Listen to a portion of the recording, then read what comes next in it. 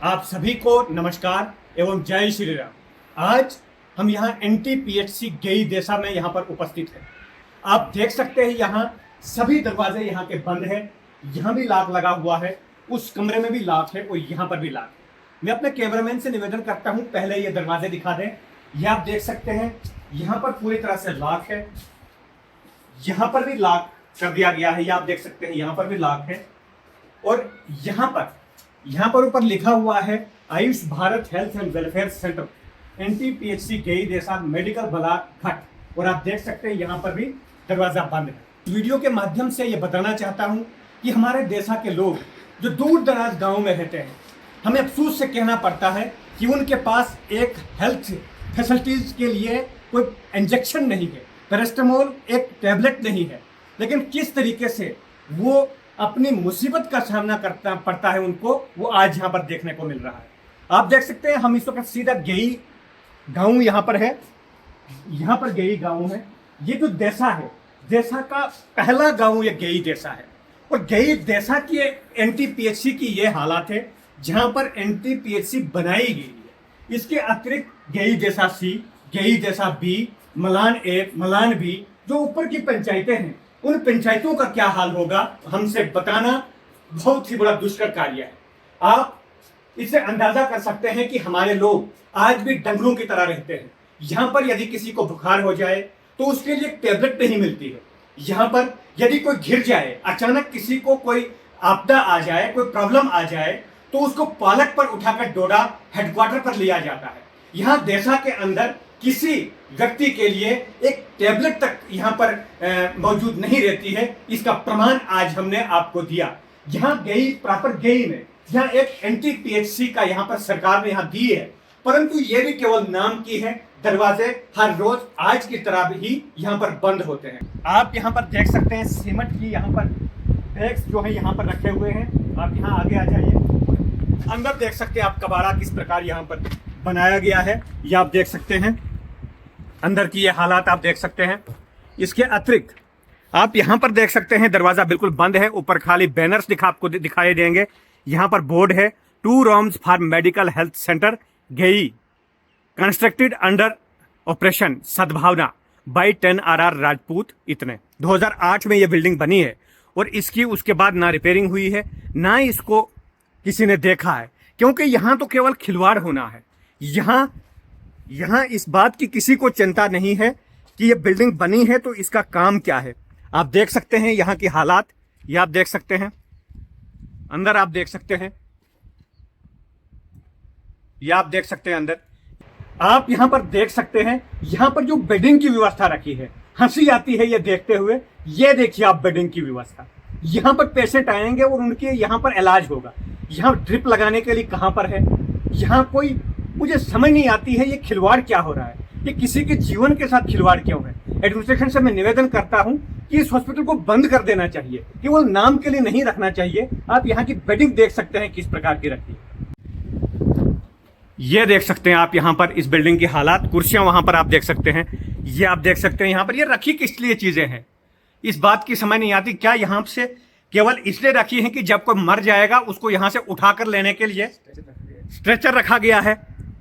यहाँ पर एक बात मुझे समझ में आई कि कहीं मरने की व्यवस्था की होगी, जीने बचाने की नहीं, मरने की व्यवस्था की होगी। हमें अफसोस से कहना पड़ता है कि इस बिल्डिंग को यहाँ पर मुलाजमीन जो रखे गए हैं उनको यहाँ पर तनख्वाह देने का क्या कारण है, किस बात की उनको पे मिलती है, किस बात के लिए यहाँ पर इस बिल्डिंग के लिए पैसा खर्च कर दिया गया है। क्या इस बात के लिए कि देशा के अंदर एक NTPHC है? और यदि इस NTPHC की ये हालात है तो मैंने पहले ही कहा कि हमारे जो देशा के लोग जो दूर दराज के गांवों में हैं वो कैसे अपनी जिंदगी बसर करते हैं। हमारे यहाँ पर जितने भी जो नेता अपने आप को समझते हैं, जो चेले चपाटे हैं, वो कभी इस बात को लोगों के पास नहीं लेके जाएंगे, एडमिनिस्ट्रेशन के सामने लेके नहीं जाएंगे, विधायक MP के पास लेके नहीं जाएंगे। हम 2014 से ये आस लगाकर बैठे हैं कि भारतीय जनता पार्टी की सरकार बनेगी। देशा लगातार बीजेपी को वोट देता आया है और 2014 के बाद हर सूर्य उदय इस उम्मीद के साथ खुलता है कि आज देशा के लिए कोई काम होगा, और शाम को जब सूर्य अस्त होता है तो हम फिर से एक नई उम्मीद का अंत होते हुए देखते हैं। आज भी इस बात का प्रमाण आपके सामने है कि 2014 से पहले यह बिल्डिंग बनी है, यहां पर यह एनटीपीएचसी मिली है, परंतु आज भी इस एनटीपीएचसी में किसी प्रकार की कोई सुविधा नहीं है। परंतु यदि कोई बोलेगा, यदि अपने देशा के लिए कोई आवाज उठाएगा, तो चेले चपाटे केवल एक बात कहेंगे, ये लोग गुपकारी है। मुझे समझ नहीं आती है गुपकारी शब्द क्या है। क्या अपने गांव की आवाज उठाना, क्या अपने गांव की समस्याओं को एडमिनिस्ट्रेशन के सामने लाना, वह सरकार तथा अपने चुने हुए नुमाइंदों तक इस बात को पहुंचाना कि हमारे गांव में किस प्रकार लोग रहते हैं, क्या यह बात करना गुपकारी है? गुपकारी कहने वाले लोग इस बात को हजम नहीं कर पाते हैं कि वो आज किस प्रकार उनका फेलियर है। आज हमारी सरकार है, आज हमारे विधायक है, आज गवर्नर प्रशासन है, आज केंद्र में हमारे मंत्री है, यहाँ के हमारे अपने सांसद केंद्र में प्राइम मिनिस्टर ऑफिस में बैठे हुए, हमारे यहाँ से अपने विधायक है डोडा वेस्ट के। यदि आज हम आवाज नहीं उठाएंगे तो कब उठाएंगे? परंतु पिछले 70 वर्षों की तरह आज भी ये एनटीपीएचसी जो है, ये इस बात का प्रमाण दे रही है कि देशा के लोग, आम लोग जो है, उनके साथ आज भी खिलवाड़ किया जाता है। यहाँ के आम लोग वोट देते हैं, परंतु उस वोट का फायदा केवल गिने चुने 4-5 लोग ही लेते हैं। और उन लोगों के बच्चे, मैं आपकी जानकारी के लिए बता दूं, वो जब नेताओं के पास जाते हैं चेले चपाटे, वो कभी देशा की बात नहीं करेंगे। वो अपने नेताओं के पास जाकर बोलेंगे पूरा देशा आपके साथ है, आपको कुछ करने की आवश्यकता नहीं है, देशा में सब कुछ डेवलपमेंट हो चुकी है, वहां पर किसी चीज की आवश्यकता नहीं है, आप केवल मेरे बच्चे के लिए फोन कर दो, वो फॉरेन जा रहा है और फॉरेन भेज दो मेरे बच्चे को, पूरा देशा आपके साथ होगा। दूसरा चला चपाड़ा जाता है, वो बोलता है कि मेरे बच्चे को मुफ्त में फलानी स्कॉलरशिप के माध्यम से जो सरकार ने स्कीम निकाली है उसका बेनिफिट दे दो, उसके लिए फोन कर दो और पूरा देशा मैं आपके लिए कर दूंगा। और सोशल मीडिया के माध्यम से जो भी कोई बोलेगा मैं उसको जवाब दूंगा कि तू गुपकारी है, तू चुप हो जा। मेरे नेता जो हैं और मैं जो हूं, हम पूरे तरीके से देशा को डेवलप कर चुके हैं। ये ढंढूरा जो पिछले कुछ वर्षों से हम देख रहे हैं, 2014 से लेकर आज तक, मैं आप 2014 से बात इसलिए कर रहा हूं कि 2014 से पहले जो सरकारें हैं उन पर हमें कोई उम्मीद नहीं थी, तभी हमने परिवर्तन लाया था। इसी आस से हमने परिवर्तन लाया था कि 2014 से पहले जो सरकारें बनी है उन्होंने देशा के लिए कुछ नहीं किया है। अब हमारी अपनी पार्टी, जिसको हमने अपने हाथों से बनाया है, जिसको हम तब से वोट देते आए हैं जब उनके पास कुछ नहीं था, जब लोग डरते थे। आज जो चेले चपाटे भाजपा के अंदर हैं, वो लोग तब कांग्रेस और एनसी के तलवे चाट रहे थे, वहां उनको लूट रहे थे, सीडीएफ के पीछे तब भी चल रहे थे,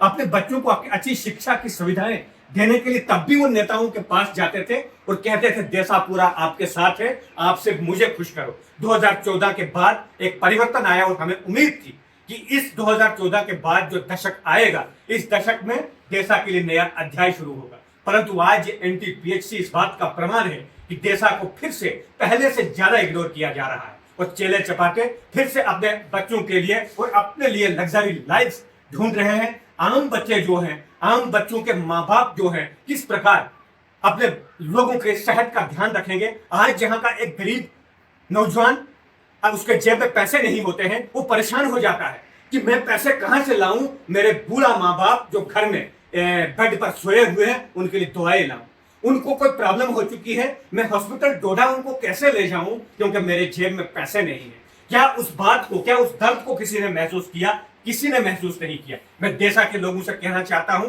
कि आप जागरूक हो जाए। आपका वोट बहुमूल्य वोट है। यदि आप अपना वोट इसी प्रकार से होलसेल में देते रहेंगे, चेले चपाटे अपने बच्चों के लिए पढ़ाई, अपने माँ बाप के लिए अच्छी हेल्थ सुविधाएं लेते रहेंगे, वहां से भी उनके लिए हॉस्पिटलों में पहुंच जाएंगे, उनको सब कुछ अच्छी व्यवस्थाएं मिल जाएंगी, परंतु आपका केवल वोट रहेगा और आपका वोट उनके भविष्य को बनाएगा। आपके बच्चे, आपके बूढ़े माँ बाप फिर से बीमारी से जूझते हुए मर जाएंगे, परंतु आपको कोई नहीं पूछेगा। इतना ही कहते हुए कि भविष्य में इस एनटीपीएचसी की हालात देखकर देशा के लोग किस प्रकार रह रहे हैं, आज कुछ देशा के बाहर के लोग भी बहुत कमेंट्स करते हैं, बहुत ढुंढूरा पीटते हैं कि देशा में डेवलपमेंट है। आपको क्या जानकारी है देशा में लोग किस प्रकार रहते हैं, किस प्रकार की हेल्थ फैसिलिटीज यहाँ पर है? आपको इस बात की जानकारी नहीं है। इसलिए मैं आपसे निवेदन करता हूं कि देशा के विषय में यदि आप कुछ नहीं जानते हैं तो आप बोलना बंद कीजिए।